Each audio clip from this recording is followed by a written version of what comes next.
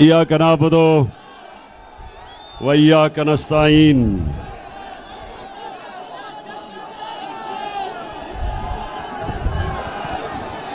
महमूद खान, वजीर आला पख्तूनख्वा, मैं सबसे पहले आज आपसे अपील करता हूं कि एक बड़ा स्टेडियम बनाए दीर के लोगों के लिए। मुझे ये दरख्तों पे लोग, छतों पे लोग, सारी जगह लोग जो खड़े हैं, मुझे पता है पहाड़ी इलाका है, पता है पहाड़ी इलाका है, लेकिन कोई ना कोई जगह ढूंढ के पहाड़ी के ऊपर बुलडोजर चला के एक बड़ा सा स्टेडियम बनाएं ताकि नौजवान खेल सके। यहां हमारी पॉलिसी है कि अपने नौजवानों के लिए सारे पाकिस्तान में ग्राउंडें बनाई जाए, खेलों की ग्राउंडें बनाई जाए और कम से कम हर बड़े शहर में 2 या 3 बड़े स्टेडियम बनाए जाएं ताकि हमारी नौजवान आबादी खेल भी सके, क्रिकेटर्स निकल सके, हॉकी प्लेयर निकल सके और तहरीक इंसाफ अपने जलसे भी कर सके। अच्छा जी, दीर के और सारे मुझे नौजवान नजर आ रहे हैं, थोड़े से मेरी तरह के बुजुर्ग भी नजर आ रहे हैं, बच्चे भी नजर आ रहे हैं। मैंने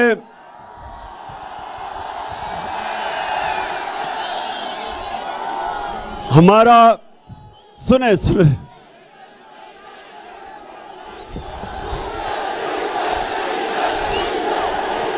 सुने वो दिल के जिसका मैंने दीर सुनो, हमने हमारा प्रोग्राम इधर जलसे का 4:30 बजे थे, हमने यहां 4:30 बजे आना था, लेकिन यहां से खबर आई कि 2:30 बजे ही सारी ग्राउंड फुल हो गई है। तो ये एक अल्लाह का करम है कि दोपहर की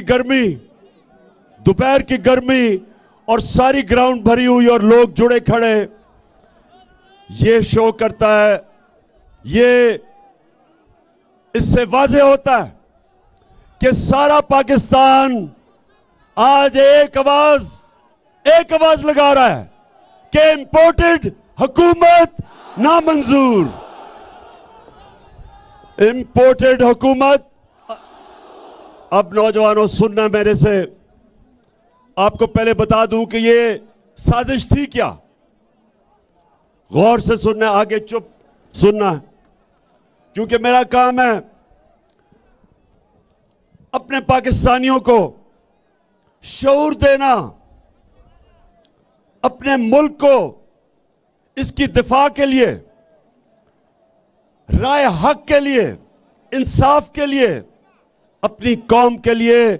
मैं चाहता हूं कि हमारा नौजवान अपनी कौम के लिए खड़ा हो और कभी किसी की गुलामी कबूल ना करे।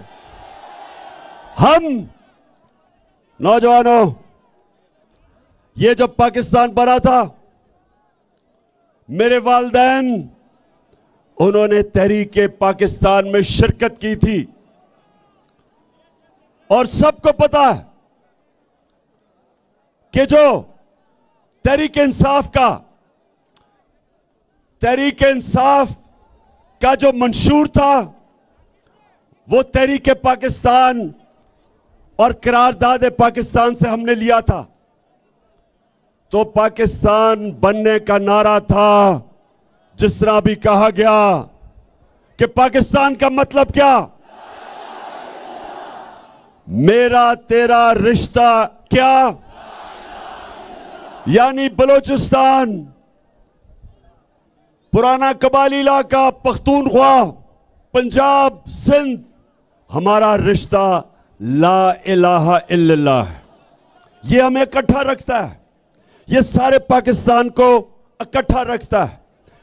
जो मुसलमान हिंदुस्तान में थे और जो पाकिस्तान नहीं आ सकते थे, उन्होंने भी पाकिस्तान को वोट दी, क्योंकि वो भी उनका हमारे से रिश्ता था, ला इलाहा इल्लल्लाह।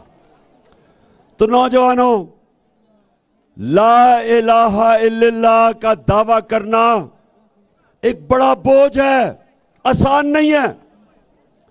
जब आप अल्लाह को कहते हैं कि अल्लाह तेरे सिवा मैं किसी के सामने नहीं झुकूंगा, नौजवानों, ये बड़ा दावा है। ये एक छोटे इंसान को बड़ा इंसान बना देता है, इंसान में गैरत दे देता है, इंसान को पर लगा देता है, इकबाल का शाहीन बन जाता है। एक इंसान जो जमीन पे रींग रहा होता है, ला इलाहा इल्लल्लाह जब उसके दिल में आता है तो वो परवाज कर जाता है। तो इसलिए, और नौजवानों ये गौर से मेरी बात सुने, वो पाकिस्तानी हूं जिसने सारी दुनिया देखी है। इस नतीजे पे शुरू में नहीं मैं आया, मैं अपने तजर्बे से इस फैसले पे आया हूं कि जब तक हम अपने नजरिए पे नहीं उतरेंगे, जब तक पाकिस्तान जिस नजरिए पे ये बना था, हम वापस उस नजरिए पे नहीं जाएंगे। हम कभी वो कौम नहीं बन सकते जो इलामा इकबाल की ख्वाब थी। इस्लामी फलाही रियासत, एक मिसाली रियासत जिसके लिए हमारे अजीम लीडर कायदे आजम ने जद्दोजहद की थी। इसलिए ये जो अमरीकी साजिश और अमरीकी साजिश के साथ इस्राएली और हिंदुस्तान की साजिश, इन तीनों ने मिलकर साजिश की। इन्होंने मिलकर बूट पॉलिश करने वाला चेरी ब्लॉसम शहबाज शरीफ को हमारे ऊपर मुसल्लत किया। उसको इसलिए नहीं लेके आए कि उसमें कोई काबिलियत थी, उसको इसलिए लेके आए कि जो हुक्म इसके आका करेंगे, जिनके ये बूट पॉलिश करता है, ये सारे हुक्म मानेगा। और पहला आपके सामने जो इसने हुक्म लिया IMF से, जिसके पीछे अमेरिका, पहला हुक्म लिया कि इस मुल्क में वो महंगाई की जो इस मुल्क की तारीख में जिसमें भी इंसानियत हो वो कभी नहीं कर सकता था। 60 रुपए कीमत बढ़ा दी पेट्रोल की, और फजल रहमान की भी 60% कीमत बढ़ा दी।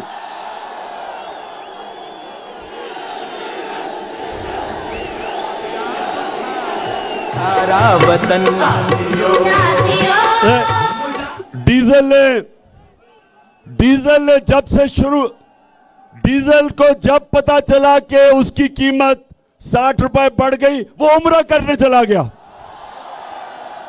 उसने कहा पाकिस्तान से भागो। पहले ही डीजल की आवाजें लग रही थी, अब वो पब्लिक में कैसे जाएगा, वो उम्रा करने चला गया। और उम्रा करने भी भेस बदल के गया, क्योंकि मुझे शक है कि वहां भी लोगों ने देख लिया तो वहां भी डीजल की आवाजें लग जाएंगी।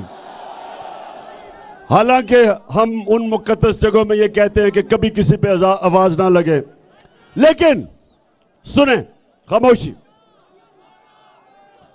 सुने जरा। अब हमारी जब हुकूमत थी, हमें भी IMF ने जोर लगाया कि डीजल और पेट्रोल बढ़ा दो, बिजली बढ़ा दो, हमारे ऊपर भी प्रेशर था। लेकिन इमरान खान का जीना मरना पाकिस्तान में है,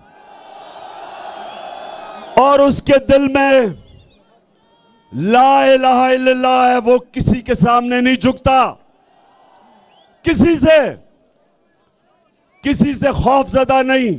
जो मैं चाहता हूं नौजवानों, मैं चाहता हूं आप सब ये हो, कभी कभी आपने किसी के सामने नहीं झुकना, क्योंकि ये शिर्क है। ला इलाहा इल्लल्लाह आपको गैरत देता है। और जब IMF ने हमारे ऊपर प्रेशर डाला तो हमें कहा कि 10 रुपए पेट्रोल की और फजल रहमान की कीमत बढ़ा दो, तो हमने 10 रुपए पेट्रोल और फजल रहमान की कीमत कम कर दी और बिजली की कीमत 4 रुपए यूनिट कम की। हमने क्यों की?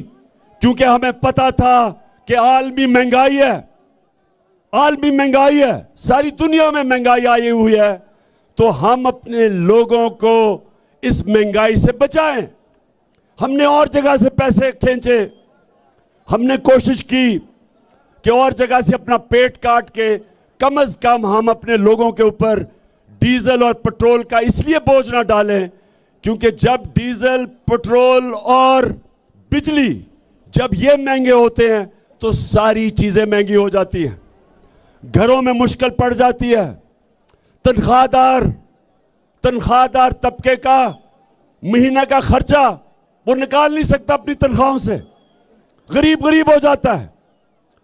जो रिक्शा चलाता है, जो मजदूरी करता है, जब वो तंदूर पे जाता है तो गैस से रोटी नान बनता है, तो वो सारी चीजें महंगी हो जाती है। आपकी ट्रांसपोर्ट महंगी हो जाती है, स्कूल की फीस महंगी हो जाती है। इसलिए हमने रोका हुआ था अपने लोगों को बचाने के लिए, और हम कोशिश कर रहे थे कि अपने मुल्क की दौलत में इजाफा करें।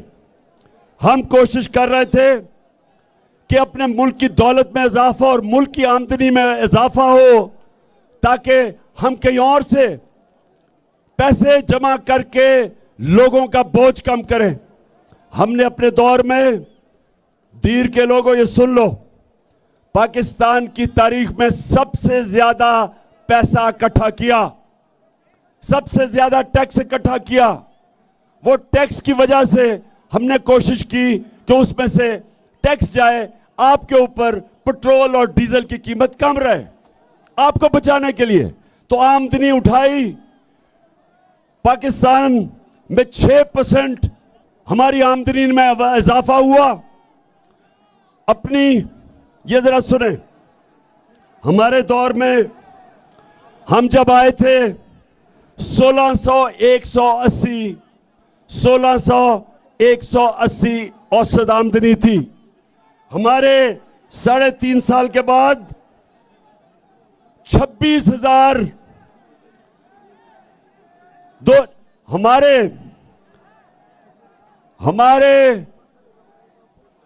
फिर से मैं बताता हूं, हम जब आए थे 16,180 औसत आमदनी थी, यानी अमीर गरीब के मिला के जो औसत आमदनी है वो 16,180 थी। हमारे 3.5 साल के बाद 26,300 औसत आमदनी हुई, 62% ऊपर गई,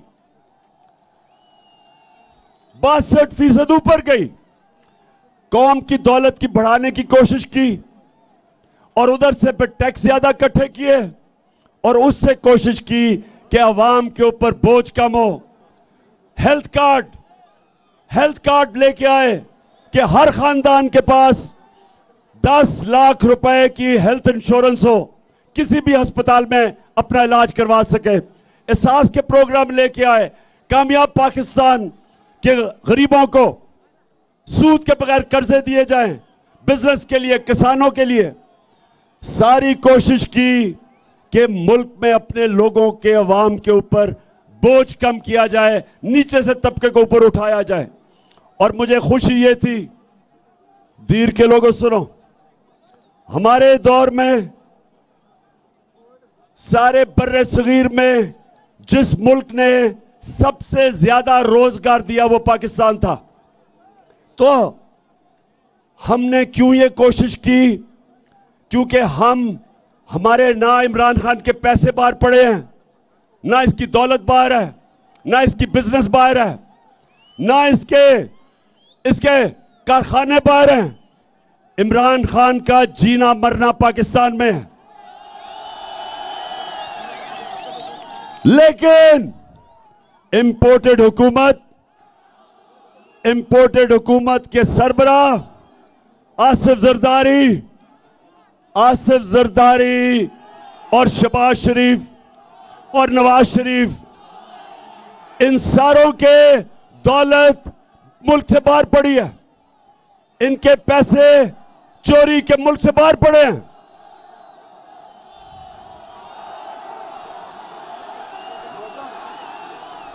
जो लोहे दिल पे लिखा है हम देखेंगे,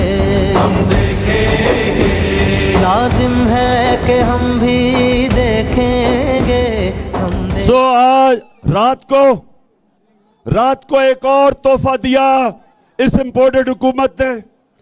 पहले पेट्रोल और डीजल 60 रुपए लीटर बढ़ा दिया। अब रात के अंधेरे में 45% गैस की कीमत बढ़ा दी। 45% गैस की कीमत बढ़ा दी।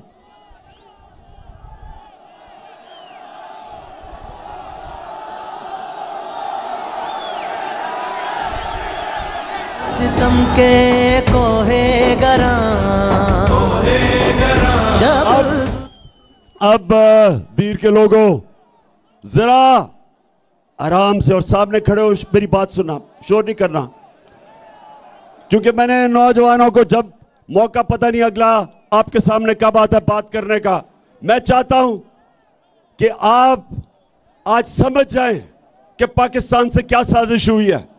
एक गवर्नमेंट जो अच्छी भली चल रही थी, जो हर तरह रिकॉर्ड एक्सपोर्ट, आमदनी ऊपर तब जाती है जब आपकी एक्सपोर्ट्स बढ़ती हैं।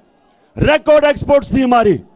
मई के महीने में, पिछले महीने जब से इंपोर्टेड आई है, 10% हमारी एक्सपोर्ट्स नीचे गई हैं। हमारा टैक्स कलेक्शन रिकॉर्ड, हमारी 5 फसलों में 2 साल रिकॉर्ड हमारी फसलें बढ़ी, प्रोडक्शन हुई। हमारी आईटी जो टेक्नोलॉजी, जो हमारा मुस्तकबिल है, उसमें हमने 75% इंक्रीज की, वो बढ़ी। तो मैं अब आपके सामने पूछता हूं कि ये गवर्नमेंट गिराई क्यों? जब ये नून लीग और पीपल्स पार्टी की गवर्नमेंट्स गिरती थी, करप्शन पे गिरती थी, करप्शन पे निकाली जाती थी।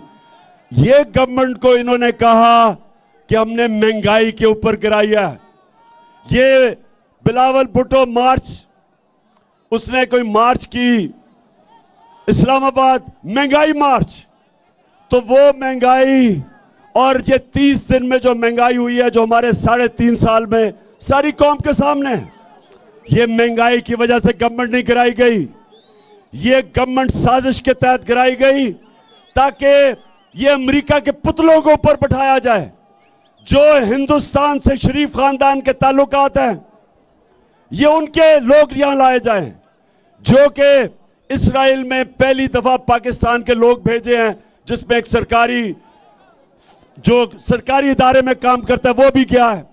ये सारी कोशिश ये है कि जो एजेंडा हिंदुस्तान, इस्राइल और अमेरिका का है, वो पाकिस्तान पे नाफिज किया जाए और पाकिस्तान को एक गुलाम बनाया जाए। इसलिए नौजवानों, मैं आप सबके पास आया हूं। आपने सबने मेरे साथ चलना है। हमने किसी सूरत ये गुलामी तस्लीम नहीं करनी। हमारा है, हमारा है, हमारा है, हमारा है। इसका एक जरा हमें जान से प्यारा है। इसका एक जरा हमें जान से प्यारा है। ये देश हमारा है। मैं सुने जरा, खामोशी। महमूद खान ने आपको बताया कि इनके 2 महीने में कीमतें कितनी बढ़ी। मैं जरा सिर्फ आपको अब गिना दूं कि आटे की कीमत, सुनते जाए जरा, आटा 38% बढ़ा, 38%। गोश्त, बड़ा गोश्त 20% बढ़ा, चावल 41% बढ़े। ये सिर्फ 30 दिन में है। चिकन, मुर्गी, जो कि वो हमजा शरीफ की मुर्गी का कारोबार है, वो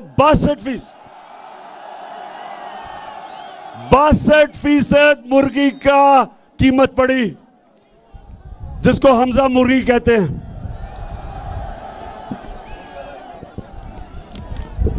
घी, तेल, घी 50% बढ़ा। दालें, मसरूर की और दूसरी 21 और 22% बढ़ी। ये आम आदमी खाता है, ये आम आदमी के ऊपर बोझ पड़ रहा है। प्याज 30% कीमत बढ़ी, और अंडे, ये भी उसको फायदा हो रहा है हमजा शरीफ को, वो 24% बढ़े। तो मैं ये अच्छा सुन, अच्छा अभी शहबाज शरीफ आज आपने सुने तो से सुने,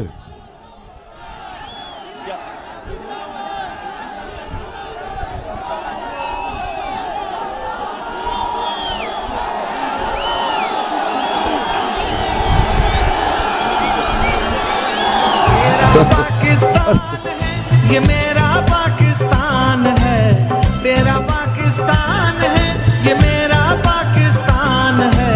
देखिए, पहले मैं शहबाज शरीफ की बात कर लूं। आजकल उसकी आपने शक्ल गौर से देखी है, बहुत घबराया हुआ है, शक्ल पे अजीब सा खौफ आया हुआ है। कहता मुझे पता ही नहीं था कि क्या बारूद की सुरंगें बनाई हुई हैं। शहबाज शरीफ, मैं तुम्हारे से एक सवाल पूछता हूं अपने दीर के नौजवानों के सामने कि शहबाज शरीफ, अगर आपसे हुकूमत नहीं होती थी तो यह साजिश की क्यों? आज कह रहे हैं जी बड़ी मुश्किल हालात है, तो ना साजिश करते। आज कह रहे हैं जी इमरान खान की वजह से सब कुछ हुआ, तो इमरान खान को रहने देते। फिर तो जिम्मेदारी मेरी होनी थी। अगर इतनी साजिश करके, बूट पॉलिश करके और अपनी शक्ल बूट के अंदर देख के इतने जबरदस्त तरीके से बूट पॉलिश करके अब इक्तदार में आ गए हो, तो अब जिम्मेदारी लो। हम जब आए थे, जो तुम्हारी हुकूमत गई थी, पाकिस्तान की तारीख का सबसे बड़ा बैरूनी खसारा था, सबसे ज्यादा बिजली का खसारा था, जिसको गर्जी कर्जा कहते हैं, सर्कुलर डेट, सबसे बड़ा था। आपने हमारे ऊपर इतने बड़े बारूदी सुरंगें बना के छोड़ के गए थे, लेकिन हमने अपने मुल्क को उठा लिया, मुश्किल से निकाल लिया।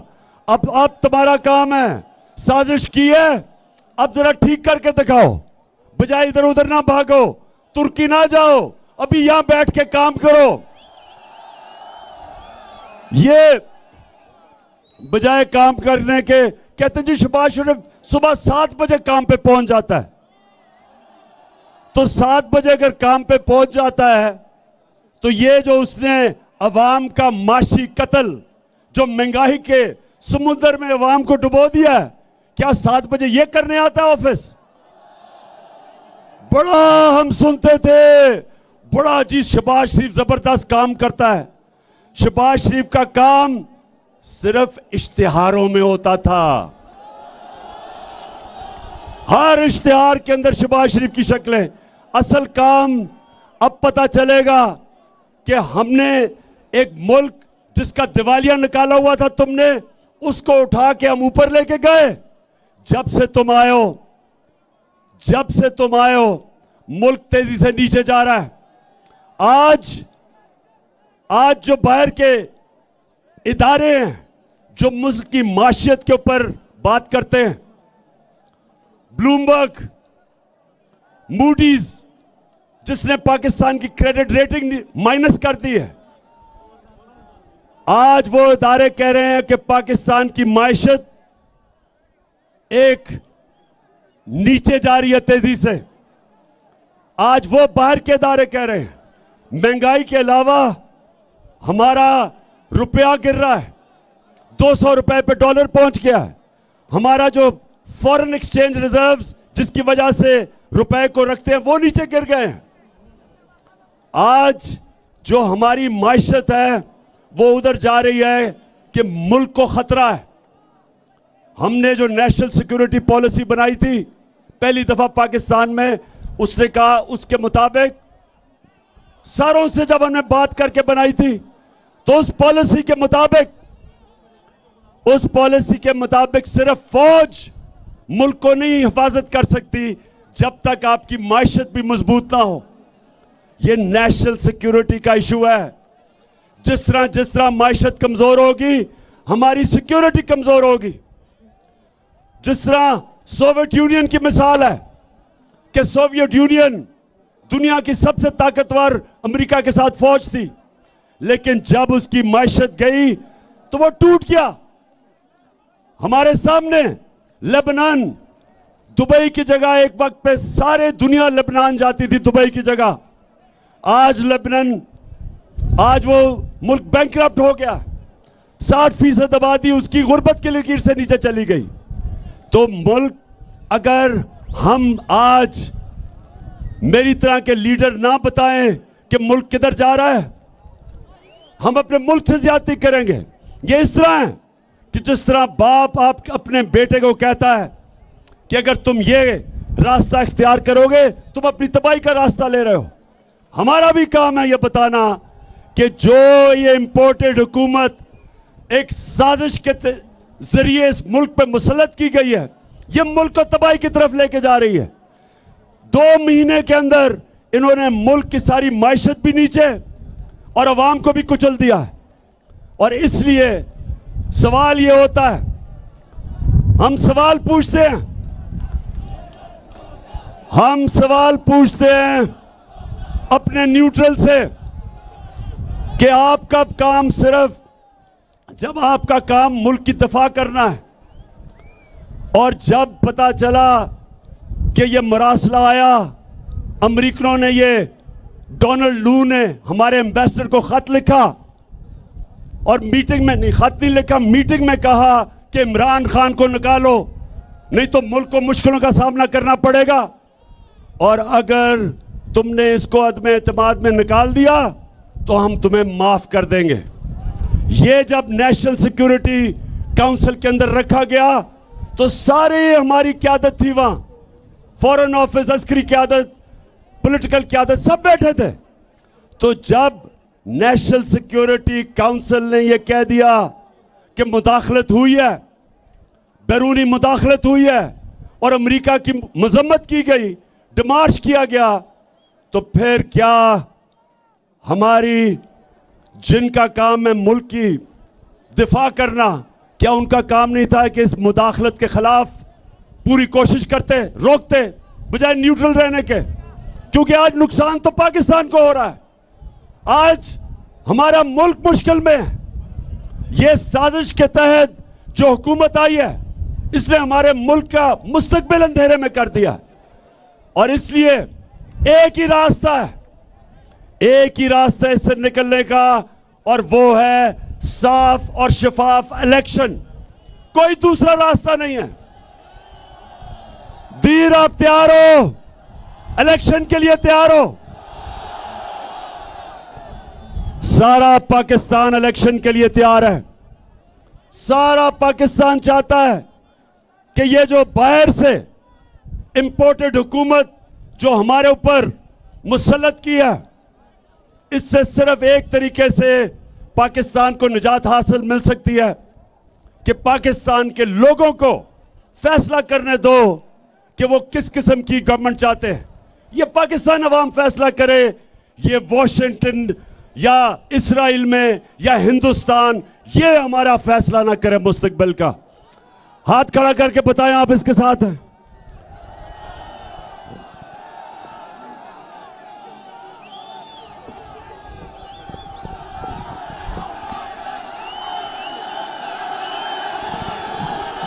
माशाल्लाह माशाल्लाह। अच्छा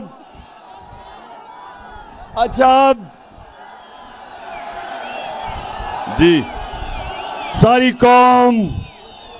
कौम की ये आवाज है, सारा मुल्क ये चाहता है कि इस मुल्क में अवाम की राय से हुकूमत बनाई जाए, कोई भी बाहर से हमारे ऊपर हुकूमत मुसल्लत ना की जाए। फिर आखिर में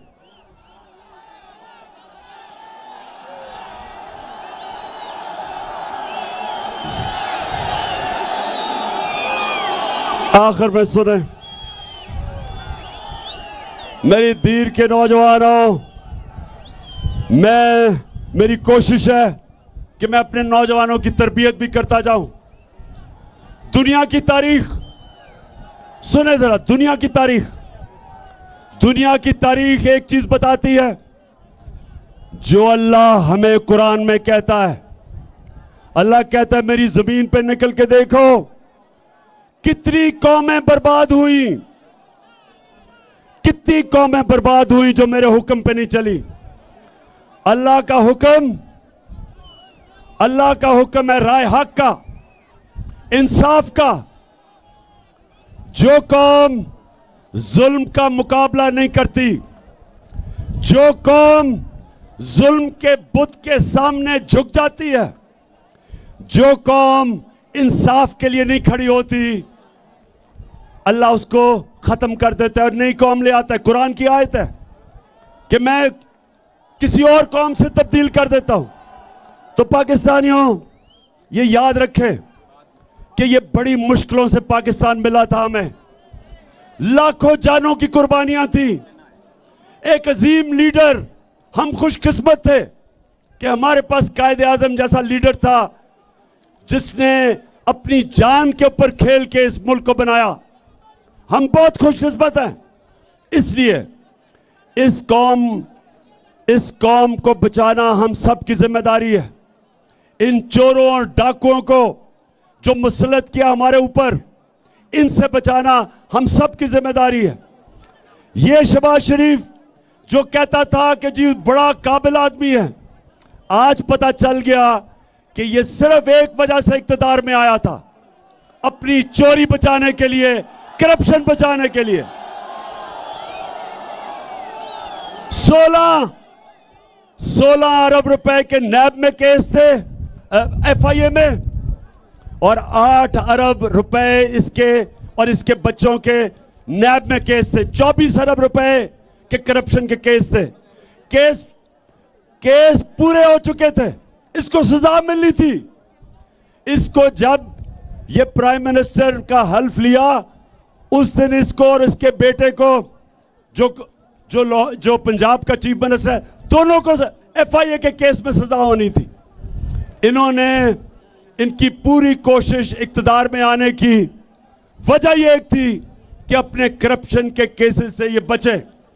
अब एफआईए के ऊपर बैठ गए और एफआईए के ऊपर इन्होंने तब्दीलियां की हैं, अपने ऑफिसर लेके आए हैं।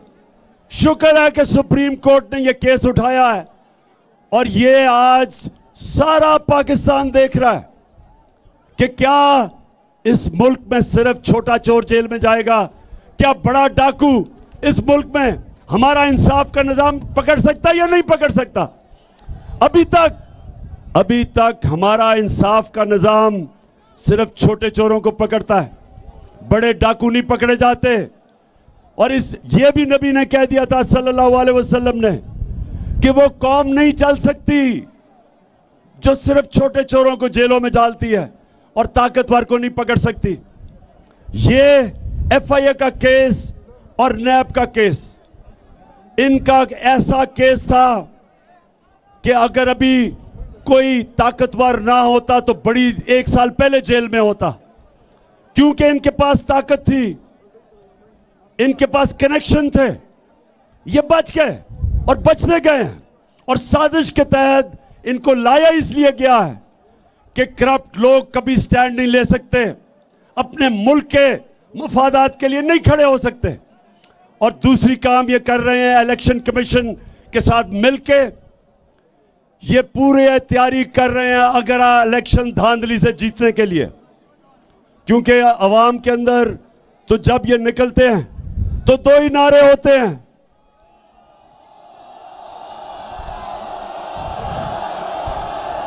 चोर और दूसरा नारा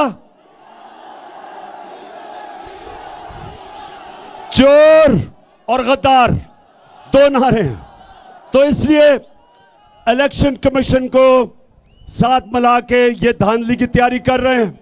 और तीसरी चीज, ये पूरा जुल्म, इन्होंने कभी भी, हमने ऐसा जुल्म नहीं देखा जो हमने 25 और 26 की रात के बीच में, जो इन्होंने हमारे मुल्क में पुलिस को जिस बेदर्दी से इस्तेमाल किया, वहां औरतें थे, बच्चे थे, जिस तरह टेयर गैसिंग की, लोगों के घरों में रात को पुलिस से जा जाके जिस तरह औरतें और बच्चों, जिधर औरतें बच्चे थे उनकी भी फिक्र, चादर और चार दीवारी की जिस तरह इन्होंने, जिस तरह जुल्म किया, सारे पाकिस्तान ने देखा है।